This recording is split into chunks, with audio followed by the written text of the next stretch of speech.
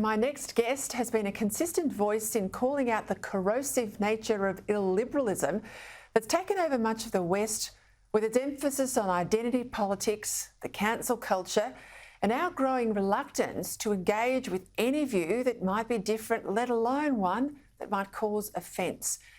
Not only is he willing to speak out in defence of the West, but he does so in a wonderfully sardonic way that's built him a legion of fans and silences, or at least confounds, his critics.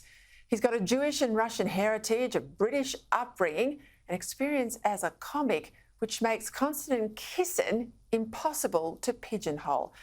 Now, I had the pleasure of having dinner with him last week in Melbourne while he's out here for sold-out shows across the country as a guest at the Centre for Independent Studies and the Institute of Public Affairs.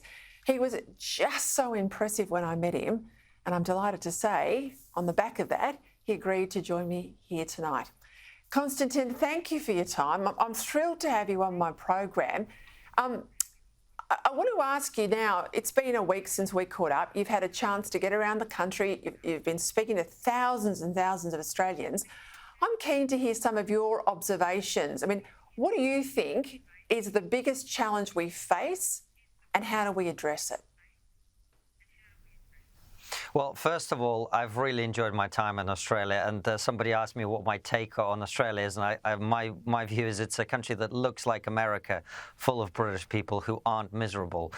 So I've had a really nice time meeting people, talking to them. But I think it's a kind of good news, bad news scenario. I think the good news is that you're not anywhere near as far down the slippery slope as many other countries in the Anglosphere, including my own, the UK, America, Canada, etc. But I also think the bad news is you are on the same trajectory. So there is really no room for complacency. Do you think we realise where we're headed, though? I mean, you know, you and I, we both observe what's happening in other countries, but do you think the average Australian knows how bad it could end up and realise they've actually got a chance to do something about it? You know what? Honestly, I don't know, because the people who come to my shows obviously are aware of the situation, are aware of what's going on, and many are very concerned. But I also think it's probably quite difficult when you live in such a great country with great weather, you're having a good time of it, to be aware of these things and to be, rightly concerned about the direction the society is going. But I do think that people are starting to realize that some of the latest changes that are happening from the progressive end of politics are not conducive to a healthy, united society. And I think people are starting to wake up to that fact. Some of the politicians in this country, and I have to say even those on the right, they want to say that culture wars don't matter. And the previous Prime Minister, he's not a Conservative, but he's certainly on the centre-right, Scott Morrison said, you know, I don't care about woke, woke doesn't matter. What would you say to that? Well, it doesn't matter if you care about the culture war. The culture war cares about you. The culture war is about teaching your children to hate their own society. It's about teaching a false version of history in the UK, in America, here in Australia. It's about undermining the pillars of the West that have made it as successful as it is. And this is one of the things that I've been speaking with people about while I've been here in Australia, trying to say to people, look, you have a great country here, and if you don't need to take my word for it or your own word for it, just look at the direction of travel. People are coming from outside of Australia here. People are coming from outside of the United States to the United States and risking their lives in many cases. Likewise in the UK, likewise in Europe. And there's a reason for that. We have created very, very good societies that are good at creating safety and prosperity, which is the thing that human beings seem to care about.